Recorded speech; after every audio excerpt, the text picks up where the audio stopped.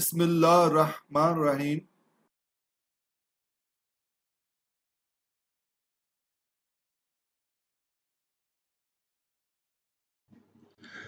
जब हम देखते हैं कि जो मशीन लर्निंग की टोटल टाइप्स कितनी हैं, मशीन लर्निंग को जनरली हम लोग अंडर ग्रेड लेवल के ऊपर थ्री टाइप्स पे डिवाइड करते हैं: सुपरवाइज्ड लर्निंग, अनसुपरवाइज्ड लर्निंग और री-इन्फोर्समेंट लर्निंग। अच्छा, जैसे हमने पीछे बात करके आ रहे हैं कि at the end of the day आज आके ये सब के सब प्रोग्राम्स हैं, सिस्टम्स हैं।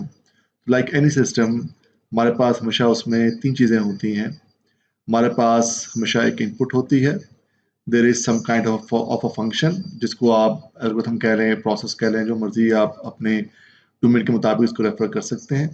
और वो जो फंक्शन है वो क्या करता है, इनपुट को आउटपुट पे ट्रांसफॉर्म करता है। तो इसी तरीके से जो मशीन लर्निंग एल्गोरिथम्स हैं या जो मशीन लर्निंग की डोमेन है, उसमें हम इन तीन चीज़ों के बेसिस के ऊपर सुपरवाइज्ड, अनसुपरवाइज्ड और रीइंफोर्समेंट को हम लोग एक्चुअली देखते हैं। अच्छा, इसमें एक फैक्टर और भी आता है, वो मैं भी थोड़ी देर के बाद ऐड करता हूँ। अच्छा, होता ये है हमारे पास कि सुपरवाइज्ड लर्निंग में क्या होता है। सुपरवाइज्ड लर्निंग में हमेशा हमें इनपुट दी जाती है और आउटपुट दी जाती है, और कहा जाता है कि आपने जो मैपिंग फंक्शन है जो कि इनपुट को आउटपुट में कन्वर्ट कर रहा है वो लर्न करता है। जैसे मैंने पिछली वीडियो में पार्ट 1 के अंदर मैंने आपको बताया था कि जैसे टेक्स्ट वाले एग्जांपल के अंदर हमें लेट्स से फार्मूला नहीं पता, तो फार्मूला उसके इसमें फंक्शन है, और आपने क्या किया या मशीन ने क्या किया, इनपुट और आउटपुट का जो डेटा था उसको देखने के बाद किसी किस्म का एक फंक्शन ड्राइव कर लिया। तो इसका मतलब यह है कि बेसिकली आपने इनपुट और आउटपुट के बेसिस के ऊपर एक फंक्शन लर्न किया है। इस केस में ये जो लर्निंग है आपकी कहलाएगी सुपरवाइज्ड लर्निंग। सुपरवाइज्ड लर्निंग में हम शायद ये समझते हैं कि शायद किसी के किस्म का ह्यूमन का वहाँ पे होना लाजमी है। ये ह्यूमन वहाँ पे हो भी सकता है और नहीं भी हो सकता है। आइडिया ये है कि इनपुट्स के साथ आपके पास कॉरेस्पॉन्डिंग आउटपुट्स किसी न किसी तरीके से आनी चाहिए। फॉर एग्जांपल, अगर आप लर्निंग कर रहे हैं किसी डेटा सेट के ज़रिए, तो डेटा सेट के अंदर आपके पास कुछ नंबर ऑफ इनपुट्स हैं और आपके पास वहाँ पे ऑलरेडी आउटपुट गिवन है। तो इस केस में क्या हो गया, इस केस में ये हो जाएगा कि आपकी जो लर्निंग है वो सुपरवाइज्ड हो जाएगी। इसी तरीके से ये भी हो सकता है कि आपके पास सेंसर से आपके पास जो रोबोट है उसके पास डेटा आ रहा है और उसके बेसिस के ऊपर रोबोट किसी किस्म का एक्शन परफॉर्म कर रहा है, और वहाँ पे ह्यूमन खड़ा होकर उसको ये बता रहा है कि this is the right action है या ये रॉन्ग एक्शन है, फॉर एग्जांपल। तो इस केस में अभी भी देखा जाए तो सुपरवाइज्ड लर्निंग है, इसलिए नहीं कि वहाँ पे ह्यूमन इन्वॉल्व है, इसलिए क्योंकि इस कॉन्फ़िगरेशन के अंदर, इस स्ट्रक्चर के अंदर, इस फ्रेमवर्क के अंदर क्या हो रहा है कि सेंसरी जो डेटा है वो यहाँ पे इनपुट का रोल प्ले कर रहा है, और किसी एक सोर्स से यहाँ पे जो ह्यूमन है वो आपका एक सोर्स है जो बता रहा है राइट या रॉन्ग। इस केस में जो आउटपुट है वो बेसिकली क्या है, राइट है या रॉन्ग है। तो ये जो आउटपुट राइट और रॉन्ग हमें क्या बता रहा है कि जो उसका एक्शन था वो एक्सेप्टेबल है या एक्सेप्टेबल नहीं है। तो बेसिकली ये सेटअप भी क्या हो गया, ये भी सुपरवाइज्ड लर्निंग में आ गया, क्योंकि इससे मशीन को आइडिया हो रहा है कि जो इसने एक्शन परफॉर्म किया था this acceptable and this is not acceptable. अब नेक्स्ट टाइम जब भी वो सेंसरी डाटा के ऊपर एक्शन परफॉर्म करने लगेगा तो उसे आइडिया हो जाएगा कि ये इसका एक्शन राइट था या रॉन्ग था। अच्छा, तो ये हमारे पास हो गया सुपरवाइज्ड लर्निंग में। इसी तरीके से अगर हमारे पास अनसुपरवाइज्ड लर्निंग में चले जाएं, तो अनसुपरवाइज्ड में बेसिकली ये होता है कि हमें इनपुट पता होता है, हमें फंक्शन का पता होता है, बट हमें रेलेवेंट आउटपुट्स का नहीं पता होता। अच्छा, ये शायद लग रहा है जैसे हम पीछे जो काम करके आ रहे हैं ट्रेडिशनल प्रोग्रामिंग में, ये वो है, वैसे नहीं है। यहाँ पे जो फंक्शन से जो मुराद है वो कोई एक्सप्लिसिट फंक्शन नहीं है कि आपने ए प्लस बी करना है। फॉर एग्जाम्पल, यहाँ पे फंक्शन से मुराद ये है कि मेरे पास रूम के अंदर डिफरेंट ऑब्जेक्ट्स पड़े हुए हैं और मैंने इनको अरेंज करना है। तो यहाँ पे जो अरेंजमेंट है वो एक फंक्शन है, मगर अरेंजमेंट कैसे करनी है, अरेंजमेंट करने के लिए मुझे क्या कुछ देखना पड़ेगा। तो यहाँ पे जो फंक्शन है मेरा वो बेसिकली अरेंजमेंट का हो जाएगा, और जो इनपुट्स हैं वो मेरी जो रूम है उस रूम में पड़े हुए जो स्कैटर्ड ऑब्जेक्ट्स हैं वो हो जाएंगे, और आउटपुट के अंदर जो मैंने अरेंजमेंट दी है वो आ जाएगी कि मैंने किस तरह से प्लान किया है इनको ग्रुप करने के लिए। मैं अभी नेक्स्ट स्लाइड में इनकी एग्जांपल्स दूंगा, तो होपफुली मैं उससे ज़्यादा बेहतर तरीके से आप लोगों को इसका आइडिया हो जाएगा। और थर्ड जो टाइप है, इसमें चौथा फैक्टर आ जाता है, दैट इज टाइम या इवेंट। औसत ये होता है कि हमारे पास वक्त के साथ साथ हमारी यही आउटपुट्स किस न किस तरीके से इनपुट बनना शुरू हो जाती हैं। तो अब इस केस में क्या हो रहा है कि हमें इनपुट्स पता है, हमें कॉरस्पॉन्डिंग आउटपुट्स पता है जैसे सुपरवाइज में होता है, मगर एक डिफरेंस आ गया, वो क्या है, टाइम फैक्टर का या इवेंट का। इस केस में ये हो रहा है वक्त के साथ साथ, आपकी टाइम गुजरने के साथ साथ आपके आउटपुट्स, आपके इनपुट्स बनना शुरू हो रही हैं। इस केस में जो हमारी लर्निंग होती है वो रीइंफोर्समेंट होती है। इन तीनों को अच्छे तरीके से अंडरस्टैंड करने के लिए हम कुछ एग्जांपल्स देखते हैं और उनके साथ इनको रिलेट करते हैं। चलिए, आपके सामने इस टाइम स्क्रीन के ऊपर कुछ ह्यूमनॉइड एलियंस हैं। अच्छा, ये एलियन स्टार ट्रैक जो यूनिवर्स है उसमें से लिए गए हैं। अच्छा, अब आप इनको देखें, गौर से देखें, आपको क्या नज़र आता है कि ये एलियंस कौन से हैं? ये एक ही स्पीशीज़ को रिप्रेजेंट कर रहे हैं या डिफरेंट स्पीशीज़ को रिप्रेजेंट कर रहे हैं? अच्छा, कहने को तो हम सब देखेंगे तो हमें लगता है शायद ये सिमिलर हैं, या इनमें ये सब के सब एक ही स्पीशीज़ को शायद रिप्रेजेंट कर रहे होंगे। मगर जो इंटरेस्टिंग है वो ये है, अगर हम इनके फीचर्स को गौर से देखें, अगर हम इनके फीचर्स को गौर से देखें, तो हमें ये नज़र आएगा कि इसमें से कुछ जो एलियंस हैं, जैसे ये है और ये है, और इवन कि ये वाले हैं, इनके यूनिफ़ॉर्म या इनके कपड़ों को पहनने का जो अंदाज़ है, वो कुछ एक जैसा है। ऑल्दो कि इन सब एलियंस के अंदर कुछ चीज़ें कॉमन भी हैं, जैसे पॉइंटेड ईयर्स हैं। अच्छा, शायद इनके अंदर जो दूसरी चीज़ में कॉमन नज़र आती है, वो शायद कुछ हेयर कट का स्टाइल है। बेसिकली अगर हम इनके फीचर्स को देखें, तो फीचर्स देखने के बाद हो सकता है, this is one of the possibilities, कि आप में से कुछ लोग कुछ फीचर्स की बेसिस के ऊपर इनको इस तरीके से ग्रुप कर दें, बोले यार कि ये लगता है कि ये कुछ सिमिलर फीचर्स वाले हैं, ठीक है ना? और एज़ कंपेयर टू इनके, आपने क्या किया, आपने इनको इनके कपड़ों के स्टाइल से, इनके यूनिफ़ॉर्म के स्टाइल से, या इनके और फीचर्स को देखते हुए चेहरे के ऊपर जो एंगर है या हैप्पीनेस है या सैडनेस है या इमोशनलेस है, इनको देखते हुए आपने क्या किया, इनको रिप्रेज़ेंट किया। अब बेसिकली जो इनमें फीचर्स में जो बेसिक फ़र्क है वो ये है कि टेक्निकली ये रोमुलेंस हैं और ये वोल्कन्स हैं। इनमें इनके फीचर्स में, चेहरों में आप देखें तो यहाँ पे आपको फिर भी कुछ ना कुछ इमोशंस नज़र आ रहे होंगे। यहाँ पर इमोशंस आपको रिलेटिवली कम नज़र आ रहे हैं, क्योंकि ये लॉजिक पर रिलाई करते हैं। ये स्पीशीज़ है, ऑल्दो कि इनके पॉइंटेड ईयर्स हैं, बैक पे इनके जो फोर फादर्स हैं वो एक ही हैं, मगर later on they got separated due to the genetic characteristics, और ये रोमुलेंस बन गए और ये वोल्कन्स बन गए। इनके अंदर ये लॉजिक में प्रोसेस करते हैं, और ये एक खास ग्रुप के मेंबर्स हैं, इसलिए इनके इनके यूनिफॉर्म्स काफ़ी हद तक एक कैटेगरी के नज़र आ रहे हैं, और ये जो सेपरेट हैं। अच्छा, अब आपने बेसिकली आइडिया क्या हुआ कि आपने सर्टेन फीचर्स की बेसिस के ऊपर इनको डिफरेंशिएट, मे बी हो सकता है कि आपको ये फीचर्स नज़र ना आ रहे हों, और आप बिल्कुल इसको इनको क्या करें, एंटायरली डिफरेंट बेसिस के ऊपर रिप्रेजेंट करना शुरू कर दें। आप बोलें अच्छा नहीं लगता है कि सॉरी जी, लगता है कि आपको कि मे बी मैं यहाँ से दूसरा कलर चूज़ करता हूँ, और लेट्स से येलो से मैं मार्क करता हूँ, और आपने क्या किया, आपने सर्टेन कैरेक्टरिस्टिक्स की बेसिस के ऊपर इसको लिया, इनको लिया, इनको एक सेपरेट कर दिया, और आपने इनको लिया और इनको आपने बेसिकली एक सेपरेट ग्रुप में डालना शुरू कर दिया, ठीक है?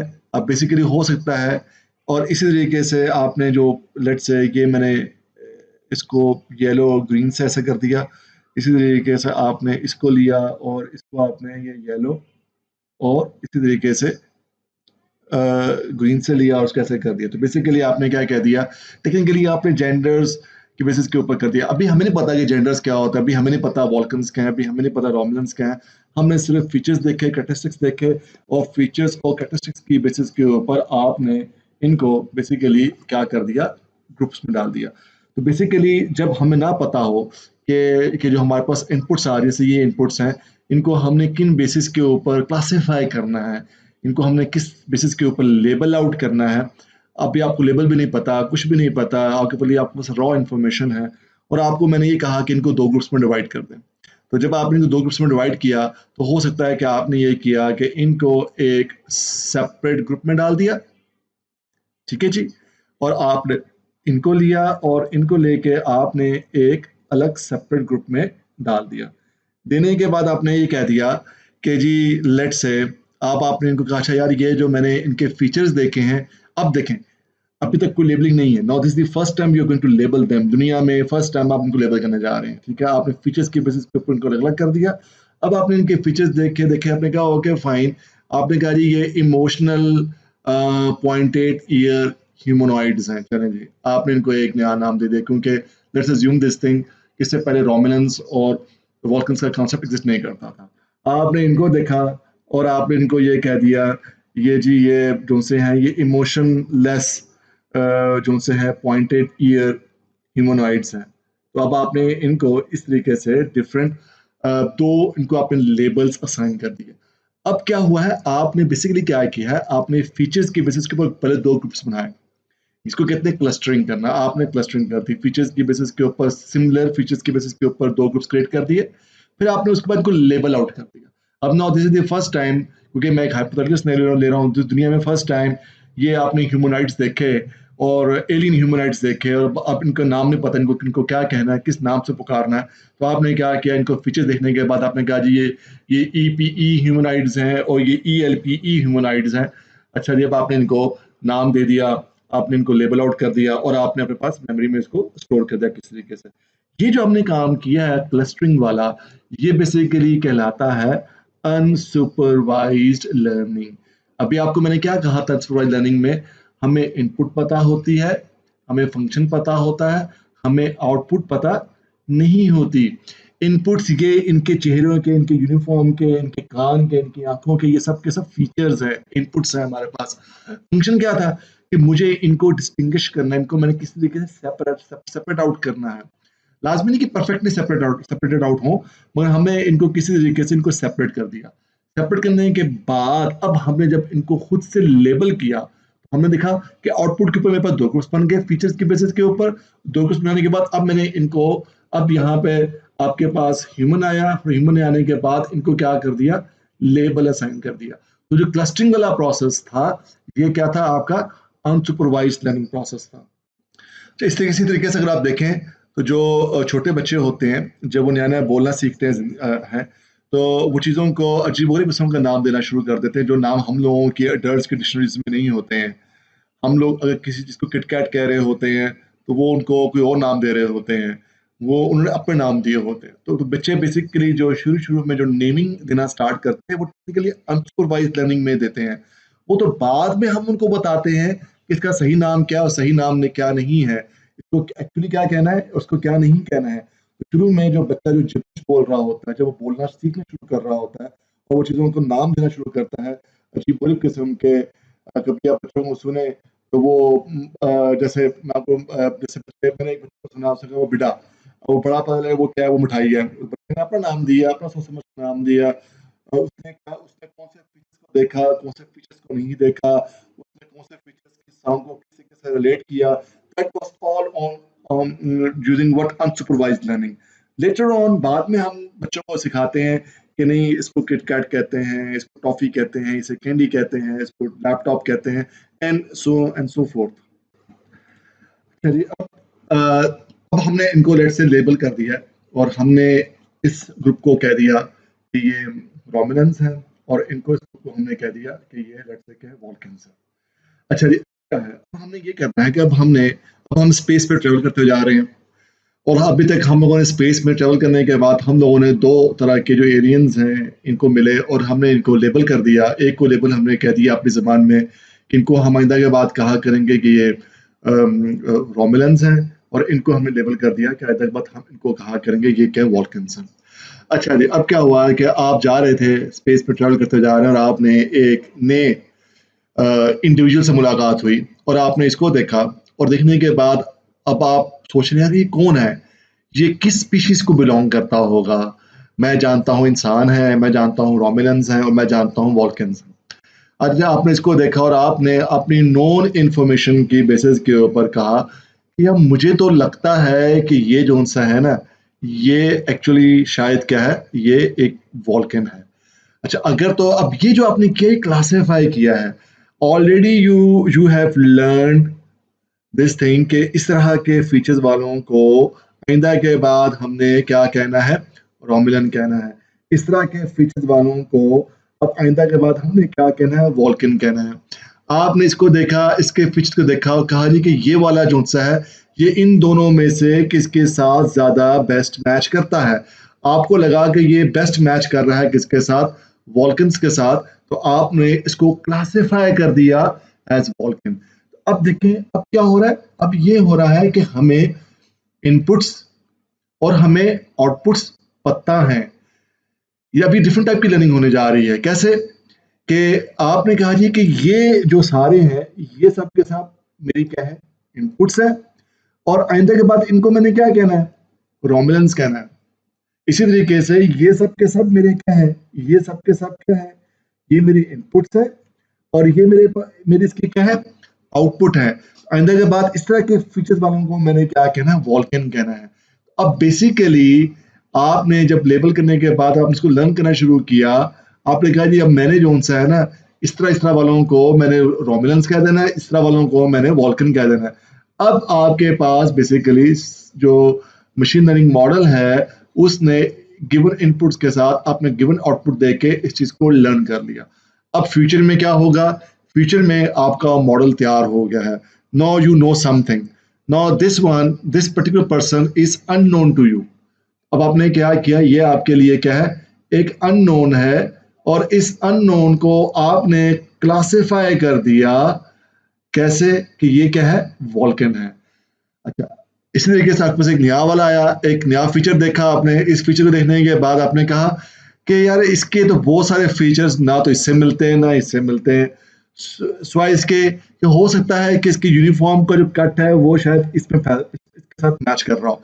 अब यकीनन क्या हो रहा है कि मैच तो यकीनन कर रहा है, कलर्स का फर्क है, बट मगर इसके साथ मैच कर रहा है शायद, मगर आपको ये लगा कि यार फिर भी डाउट है, मुझे डाउट है वो क्या कर रहा है, वो इसकी इस क्लास में आने की, इस कैटेगरी में फॉल करने की, वॉल्कन्स की कैटेगरी में फॉल करने की प्रोबेबिलिटी को लो कर रहा है, अनसर्टेनिटी हाई कर रहा है।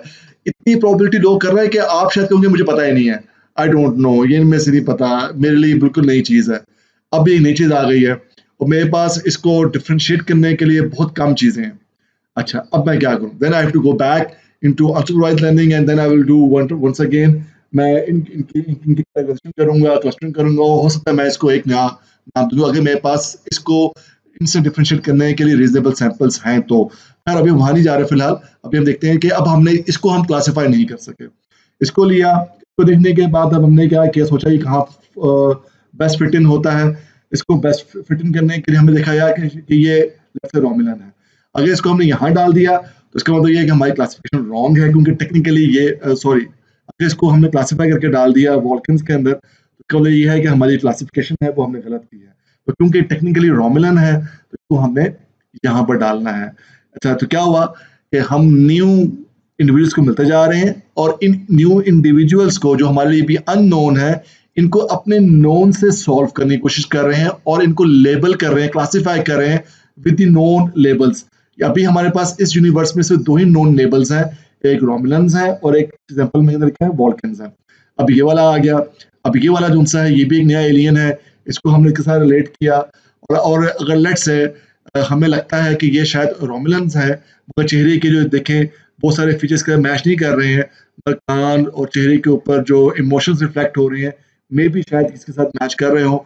तो हो सकता है कि हम इसको गलत क्लासिफाई कर दें और इसको हम लोग रोमुलेंस में डाल दें, पर इन एनी केस हम इसको जिस तरह भी क्लासिफाई कर रहे हैं, आइडिया ये है कि अभी फिलहाल यहाँ पे ये डिस्कशन नहीं है कि क्लासिफिकेशन ठीक हो रही है या गलत हो रही है। इसको आइडिया ये है कि हमारे पास ऑलरेडी कुछ नोन एग्जाम्पल्स थी, और इन नोन एग्जाम्पल्स को हमने पहले से क्या किया हुआ था, लेबल आउट किया हुआ था, और उसको हमने जब लर्न कर लिया तो now we can classify new data points, new features, new aliens इस एग्जांपल के मुताबिक।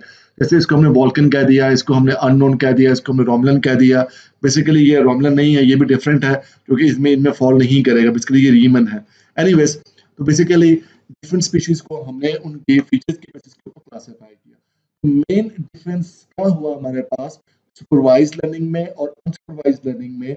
यहाँ पे जो वर्ड सुपरविजन का वर्ड है वो एक्चुअली टीचर को या सॉरी वो किसी ह्यूमन को रिप्रेजेंट नहीं कर रहा एक्सप्लिसिटली, वो बेसिकली इसको आइडेंटिफाई कर रहा है कि क्या इनपुट्स के साथ आपके पास ये जो एसोसिएटेड आउटपुट्स है ये पता है या ये नहीं पता है। अगर तो ये पता है तो आपकी लर्निंग कौन सी है, सुपरवाइज्ड है। अगर ये आपको लेट्स से नहीं पता है तो आपकी जो लर्निंग है वो कौन सी है, वो अनसुपरवाइज्ड है। तो हम क्या कर सकते हैं, हम इसको दोनों को एक सीक्वेंस में लेके आ सकते हैं for a very unknown scenarios जहाँ पे कोई लेबल्स नहीं है, कुछ भी नहीं है। तो हम क्या कर सकते हैं, हमने अनसुपरवाइज्ड लर्निंग की, पहले करने के बाद हमने उनको ग्रुप्स कर दिया। ग्रुप्स ये हमारा स्टेप 1 हो गया। ग्रुप्स करने के बाद जो जो ह्यूमंस हैं वो आकर वो क्या कर सकते हैं, इनको लेबल कर सकते हैं। आपने इनको लेबल कर दिया, फॉर एग्जांपल आपने इसको लेबल कर दिया ए, इसको आपने लेबल कर दिया बी।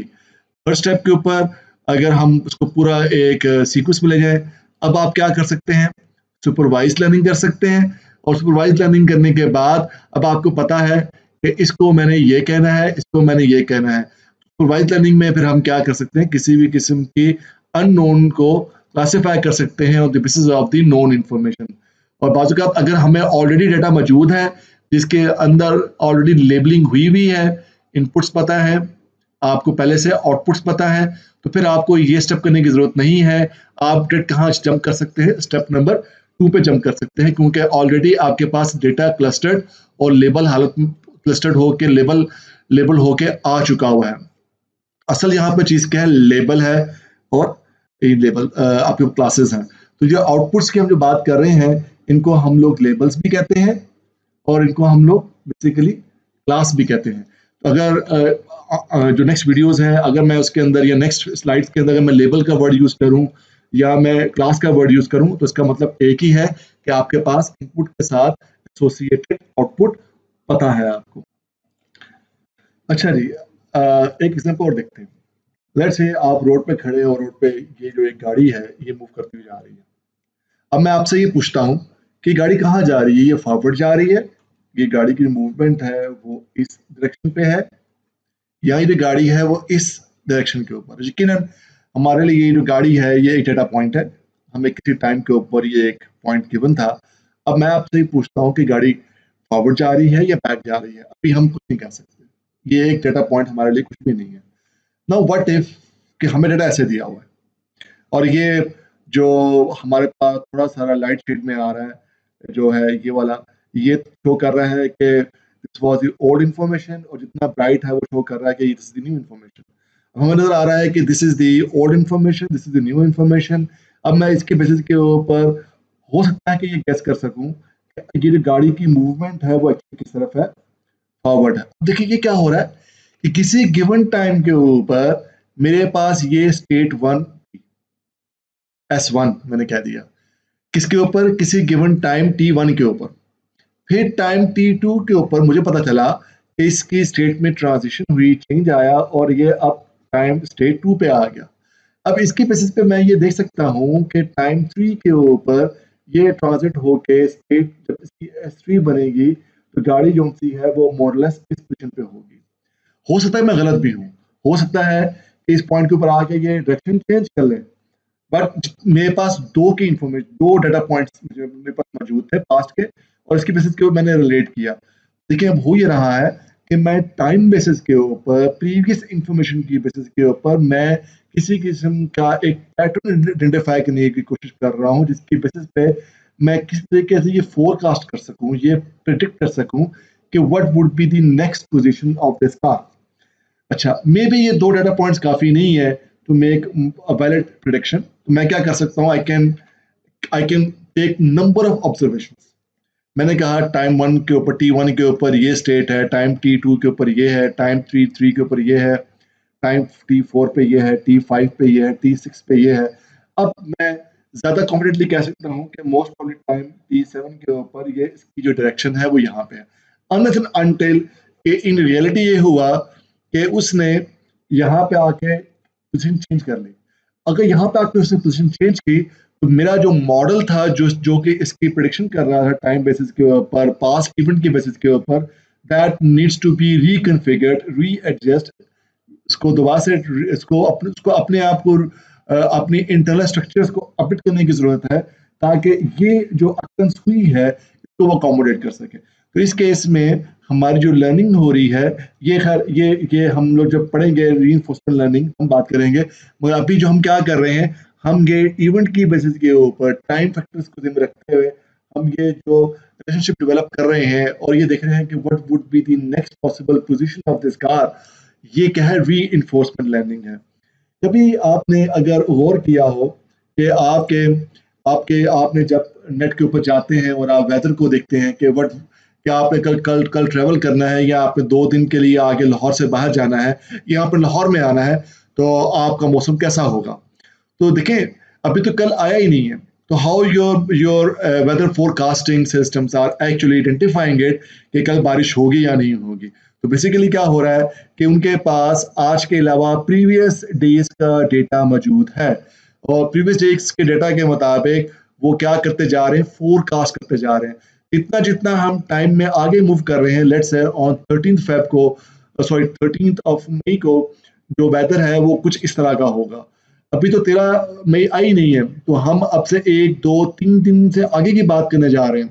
तो अब हो क्या रहा है कि प्रीवियस डाटा की बेसिस के ऊपर आपका जो मशीन लर्निंग मॉडल है उसने कल की प्रेडिक्शन की, फिर उसने क्या किया परसों की प्रेडिक्शन के लिए, 11 मई की प्रेडिक्शन के लिए उसने क्या किया, जो एक्चुअल डाटा मौजूद था 9 मई से पहले वाला वो लिया, और उसने क्या किया साथ में जो उसने प्रिडिक्टेड डेटा लिया किसका, 10 मई का, उसको लिया और उनकी बेसिस के ऊपर उसने एक प्रेडिक्शन की कि कल कैसा, यानी 11 मई को वेदर कैसा होगा। जब उसने 12 मई क्या किया, फिर उसने क्या किया, last let's say for example last 2 weeks का वेदर और आज का वेदर लिया, और उसने जो प्रिडिक्टेड वेदर लिया था इसका अपना 10th मई का, उसने जो प्रिडिक्टेड वेदर लिया किसका, 11th मई का, ये दो, और जो एक्चुअल डेटा मौजूद था वो उसकी बेसिस के ऊपर उसने प्रिडिक्शन कर दी किसकी, 12 की। इस तरीके से वो क्या कर रहा है, रियल डाटा और जो प्रिडिक्टेड डाटा उसके बेसिस के ऊपर वो आपको मे बी अगले 100 साल के बाद का भी आपको वेदर बता देगा। मगर ये खैर ये बात का मसला है, ये सबसे सेपरेट और ये डिबेटेबल इशू है कि क्या इतनी जो है दूर की जो फोरकास्टिंग है कितनी रिलायबल है ऑन द बेसिस ऑफ कि उसमें से कुछ डेटा आपके पास रियल है और कुछ डेटा आपके पास सिमुलेटेड है। ये एक डिबेटेबल इशू है, इस पे हम बाद में बात करते हैं। और अभी हमने बेसिक कॉन्सेप्ट समझना है कि री-इन्फोर्समेंट लर्निंग क्या चीज़ है। तो यहाँ पर जो री-इन्फोर्समेंट है वो बेसिकली क्या है, वो प्रीवियसली जो नोन डेटा पॉइंट्स है, प्रीवियस डेज का जो आपके पास वेदर मौजूद है, उसके बेसिस के ऊपर आपने जो कल के वेदर की प्रेडिक्शन की है, तो आपने क्या किया, प्रीवियस डेटा की को एज अ रीइंफोर्समेंट यूज करते हुए आपने फोरकास्ट किया कि what is going to happen, let's say one day, कल क्या होगा, एक दिन के बाद क्या होगा, डे आफ्टर टुमारो क्या होगा, एंड सो फोर्थ। अच्छा, तो ये बेसिकली क्या है, ये कहलाएगी आपकी रीइंफोर्समेंट लर्निंग। तो बेसिकली आपकी जो वेदर फोरकास्टिंग एप्लीकेशन जितनी भी हैं वो टेक्निकली क्या कर रही हैं, वो वेदर फोरकास्टिंग कर रही हैं आपके लिए। अच्छा जी, अब बात करते हैं कि मशीन लर्निंग की एप्लीकेशंस क्या है, मशीन लर्निंग हम कहाँ और कैसे इस्तेमाल कर सकते हैं। देखिए, एक तो तरीका एप्लीकेशंस का जो तरीका है वो तो ये है कि मैं ये कहूँ कि आपको एवियोनिक्स के अंदर, एविएशन के अंदर, बैंकिंग के अंदर, इंडस्ट्रीज के अंदर, फैक्ट्रीज में इस्तेमाल होती है। ये तो वो आपके पास एरियाज है जहाँ पे मशीन लर्निंग अप्लाई कर रहे हैं, मगर एक्चुअल जो एप्लीकेशंस है मशीन लर्निंग की वो सिर्फ एक ही है देखा जाए, दैट इज टू प्रिडिक्ट। तो मशीन लर्निंग बेसिकली क्या कर रही है, मशीन लर्निंग आपके लिए बेसिकली प्रिडिक्शंस कर रही है। अब जब हमने ये कहा कि प्रिडिक्शन, तो प्रिडिक्शन से मुराद क्या है, नॉर्मली हम एक आम फहम जबान में ये समझते हैं कि कल क्या होगा, ये प्रिडिक्शन है। मेरे पास कल को जो है वो 5 करोड़ का बंगला होगा या नहीं होगा, ये प्रिडिक्शन है। मैं कल को मशहूर होऊंगा या नहीं होगा, ये प्रिडिक्शन। ये this is one type of a prediction जिसको हम फोरकास्टिंग कहते हैं, ठीक है। प्रिडिक्शन बेसिकली क्या है, देखें जैसे हमने शुरू में बात की थी, जब शुरू में मैंने डिफाइन शुरू किया था कि व्हाट इज मशीन लर्निंग, तो मैंने कहा मेरे पास हाइपोथेसिस बेस है और उसमें मैंने किसी एक हाइपोथेसिस को सिलेक्ट कर लिया। तो बेसिकली मैंने ये प्रिडिक्ट किया था कि जो मैं हाइपोथेसिस चूज करने जा रहा हूँ most likely this is going to be successful. ये क्या थी, मेरी प्रिडिक्शन थी बेसिकली। जब मैंने ये कहा कि मैं चाय के अंदर एक जो टी स्पून डालूंगा, सॉरी पानी के अंदर मैं 1 टीस्पून डालूंगा जो है टी है, तो मेरी चाय अच्छी बन जाएगी। This is what I predicted. I predicted that my hypothesis of like putting 1 teaspoon is enough. तो मैंने क्या किया, आई प्रिडिक्टेड। गाड़ी चलाते वक्त जब आपने कितना एक्सीलरेशन दी है, कितना आपने क्लच को रिलीज किया है, दे आर मल्टीपल वेरिएशंस। वो जो पूरा पूरा स्पेस है वेरिएशंस का, वो आपका हाइपोथेसिस स्पेस है। एंड उसमें से जो आपको लगा कि this is now this is the right time to release the clutch, और गाड़ी चलना शुरू हो जाएगी और उसके साथ गड़बड़ नहीं होगी, I'll be in control, that configuration, that the posture of your body, the position of your legs, the amount of activation which you are putting, आपने जितना क्लच प्रेस किया हुआ, जितना रिलीज किया हुआ, ये पूरी कॉन्फ़िगरेशन जो एक हाइपोथेसिस है जो कि आपने सिलेक्ट की है as a process of prediction. You predicted that this configuration is the right configuration for you to drive your car. So basically predictions हम लोग करते हैं। जो process है of selecting a hypothesis is called prediction from your hypothesis space. तो machine learning क्या कर रही है? They are trying to predict. Now what they are trying to predict? अब ये बात आती है। तो predictions को हम लोग किस तरह कह सकते हैं? Classification is a prediction. देखिए, मेरे हाथ में एक गैजेट है, आपने वो ऑब्जेक्ट देखा और देखने के बाद कहा यार ये लैपटॉप है। इसका मतलब क्या है कि you predicted the class of that object which I am holding. आपने बेसिकली क्या किया है, आपने ये प्रिडिक्ट किया है कि मेरे हाथ में जो गैजेट है, जो ऑब्जेक्ट है, जो डिवाइस है, उसकी क्लास, उसका लेबल क्या है? लैपटॉप। अब जितने एतमाद के साथ आपने कहा है, जितने कॉन्फिडेंस के साथ कहा है, जितनी आवाज की बुलंदी के साथ आपने कहा है, जितने आपने बॉडी के पोस्चर को अपने कॉन्फिडेंस के साथ कहा है, वो क्या शो कर रहा है? टेक्निकली वो प्रोबेबिलिटी शो कर रहा है कि how certain you are, what do you think that how confident you are. Basically probability है, इतना प्रोबेबिलिटी है कि गैजेट के हाथ में था वो बेसिकली लैपटॉप था। तो हम क्या कर रहे हैं? प्रिडिक्शन कर रहे हैं। तो सुपरवाइज्ड लर्निंग में जिस टाइप की हम प्रिडिक्शंस करते हैं वो क्लासिफिकेशन है और रिग्रेशन है। क्लासिफिकेशन ये चीज थी कि ये वॉल्कन है, आई डोंट नो ये क्या है, ये रोमिलन है, and so on so fourth. तो ये क्या किया? मैंने क्लासिफाई किया, क्लासिफिकेशन की है, मैंने ये प्रिडिक्शंस की है। I predicted that this is a volcano, I predicted that this is a car, I predicted that this is जो है ये जो कलर है ये रेड है, I predicted that this is a white colour. ये मेरी प्रिडिक्शंस हैं। जितनी मेरी प्रिडिक्शन की स्ट्रेंथ हाई होगी उतनी उसकी प्रोबेबिलिटी भी हाई होगी। अच्छा, अब ये यहाँ पे दो बातें हैं। कुछ ऐसी प्रिडिक्शन होती हैं जिनमें हम लोग प्रोबेबिलिटी लेके आ भी सकते हैं, और कुछ ऐसी भी हो सकती है जो कि नॉन प्रोबेबिलिस्टिक बेस्ड प्रिडिक्शन भी हो। तो खैर मैं अभी इसके ऊपर 2 मिनट के बाद आता हूँ, पहले हम यहाँ बात कर लें। तो हमने क्या किया? हमने कहा classification is one of the examples of supervised learning. Regression में क्या है? रिग्रेशन के अंदर भी एक्चुअली हम क्लासिफाई कर रहे होते हैं, मगर फर्क ये आ जाता है। फर्क आते बात गौर से सुनिएगा प्लीज। क्लासिफिकेशन के अंदर जो आउटपुट है, जो आपकी क्लास है, वो कैटेगोरिकल डाटा होगी या डिस्क्रीट डेटा होगा। आपका यहाँ पे जो डेटा है, जो आउटपुट डेटा है, वो या तो कैटेगोरिकल डेटा होगा या वो क्या होगा? वो डिस्क्रीट होगा। रिग्रेशन के अंदर आपका जो डेटा है वो क्या होगा? हमेशा न्यूमेरिकल होगा और रियल यानी कंटीन्यूअस होगा। तो ये रिग्रेशन में न्यूमेरिकल आउटकम्स है और क्लासिफिकेशन के अंदर कैटेगोरिकल या डिस्क्रीट आउटकम्स है। बेसिकली है या नहीं है, यस है या नो है, ये वॉल्कन है या नहीं है, ये गाड़ी है या नहीं है। ये क्या है? क्लासिफिकेशन डिस्क्रीट लेवल पे कर रहा हूँ। ये गाड़ी है, ये ह्यूमनॉइड्स हैं, ये मैंने क्या क्लासिफिकेशन की है कैटेगोरिकल डाटा के बेसिस के ऊपर। कल जो टेम्परेचर है वो 2 डिग्री बढ़ेगा, वो 2 डिग्री कम हो जाएगा, न्यूमेरिकल है, 2.01 का फर्क पड़ेगा, न्यूमेरिकल है। ये क्या है? मैं रिग्रेशन कर रहा हूँ, मैं न्यूमेरिकल डाटा के बेसिस के ऊपर अपनी आउटकम को रिप्रेजेंट करने जा रहा हूँ। This is what my supervised learning. Unsupervised में क्या होता है? अनसुपरवाइज्ड में हम क्लस्टरिंग करते हैं। मैं अगर ये कहूँ कि स्क्रीन के ऊपर आप चीजों को 2 डिफरेंट ग्रुप्स में डिवाइड कर दें, तो मे बी आप क्या करें, आप जितने भी इंसानों की शक्ल वाले लोग हैं उनको एक तरफ कर दें और बाकी को एक तरफ कर दें। तो आपने क्या कर दिया, आपने ह्यूमन वर्सेस नॉन ह्यूमंस, जबकि आपको पता है कि ह्यूमंस है नॉन ह्यूमंस है, मगर आपने इनको क्या किया, फीचर्स की बेसिस के ऊपर डिफरेंशिएट 2 डिफरेंट ग्रुप्स में डाल दिया, 3 में डाल दिया, 4 में डाल दिया। तो आपने क्या किया, क्लस्टरिंग की है। एसोसिएशंस क्या है, ये बड़ी इंटरेस्टिंग चीज है, एसोसिएशन रूल माइनिंग। इसमें हम लोग ले आते हैं एक किस्म की, लेट्स से आप अपने डेटा को ऑब्जर्व करें, मिसाल के तौर पे आप किसी बड़े मार्ट में चले जाते हैं, हाइपर स्टार चले जाते हैं, वहां जाके आप खड़े हैं, काउंटर के ऊपर खड़े हैं और लोगों को ऑब्जर्व करते जा रहे हैं।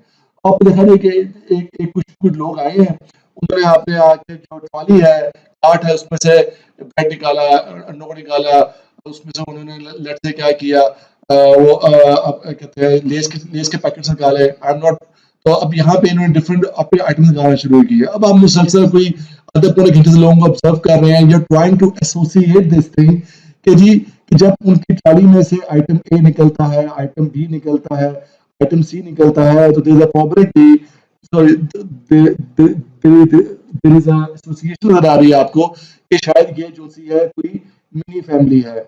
आपने देखा कि अगर इसमें से कुछ ये वाले आइटम्स निकलते हैं, तो ठीक है ना, तो हो सकता है कि वो सिंगल है जो कि शॉपिंग के लिए आया हुआ है। तो आपने क्या किया, you are saying this thing कि इफ सेट ए अकर्स, गौर से बात सुनिएगा, if set A occurs this implies that set B will also occur. तो इसको सपोर्ट करने के लिए there is some support in the observation along with some confidence। तो ये बेसिकली आपने क्या किया, आपने स्ट्रेंथ शो की है कि how sure you are, how strong your theory is। तो आपने एक किस्म की implicit theory ड्राइव की है। एसोसिएशन रूल माइनिंग बेसिकली हमें एक किस्म की implicit theories ड्राइव करने में हेल्प करता है by observing the patterns in the data। Data में से हमने देखा और डेटा को हमने डिफरेंट सेट्स में डिवाइड किया, जैसे हमने ये किया, आपने सेट ए में डिवाइड किया, सेट बी में डिवाइड किया, इसी से डिवाइड किया।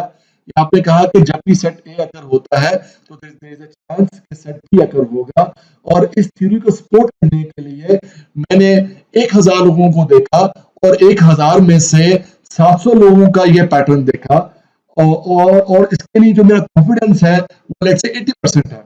ये मैंने 80% कैसे मेजर किया, ये पूरी की पूरी एक एल्गोरिथम है जो कि हमारे लिए सपोर्ट भी कैलकुलेट करता है और कॉन्फिडेंस भी कैलकुलेट करता है।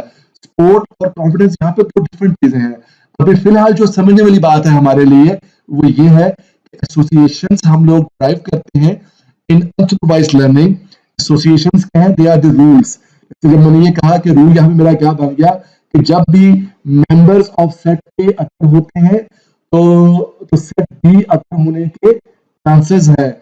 और इस बात को, इस रूल को सपोर्ट करने के लिए मेरे पास कुछ ट्रांजैक्शंस मैंने ऑब्जर्व की है और उन ट्रांजैक्शन को ऑब्जर्व करने के बाद मेरा कुछ इत्मीनान, कुछ कॉन्फिडेंस बिल्ड हुआ है जो कि दोनों के दोनों मेरे कोई ना कोई स्टैटिस्टिकल पैरामीटर्स हैं। This is unsupervised learning. Unsupervised में पहले से हमें कुछ भी नहीं पता था, कोई क्लासेस, कोई लेबल्स मौजूद नहीं थी, हमने खुद उनको क्या किया, डिस्टिंग्विश किया, सेपरेट आउट किया without any labelled information. Reinforcement में आपको बता चुका हूँ कि गाड़ी अभी इधर है, इधर जा रही है और इसके आगे नेक्स्ट टाइम कहाँ जाना है। हाँ, कल को आपके पास 5 करोड़ का बंगला होगा या नहीं होगा, it will all depend on this thing. क्या आप डिग्री लेके फारिग होते हैं, आप जो शुरू में जाके जॉब करते हैं और आपके करियर का शुरू का जो पॉइंट है वो आपको क्या क्या ट्रेंड शो कर रहे हैं, और फिर आप उसकी बेसिस के ऊपर आप you can forecast maybe after 5 years, after 2 years, after 1 year, after 6 months you are going to get it। तो फोरकास्टिंग वक्त के साथ साथ बदली भी जा सकती है क्योंकि रन टाइम के ऊपर आपका जो टाइम सीरीज डेटा है वो भी चेंज हो रहा होता है, न्यू इन्फॉर्मेशन साथ साथ आ रही होती है, और जो जैसे न्यू इन्फॉर्मेशन साथ साथ आ रही होती है, जो ट्रेंड है, पैटर्न होता है, वो भी चेंज हो रहा होता है। तो पैटर्न और ट्रेंड के चेंज होने के साथ साथ आपकी जो प्रेडिक्शंस हैं, फोरकास्टिंग इस केस में, इन केस ऑफ रीइंफोर्समेंट, वो भी साथ साथ चेंज हो रही होती है।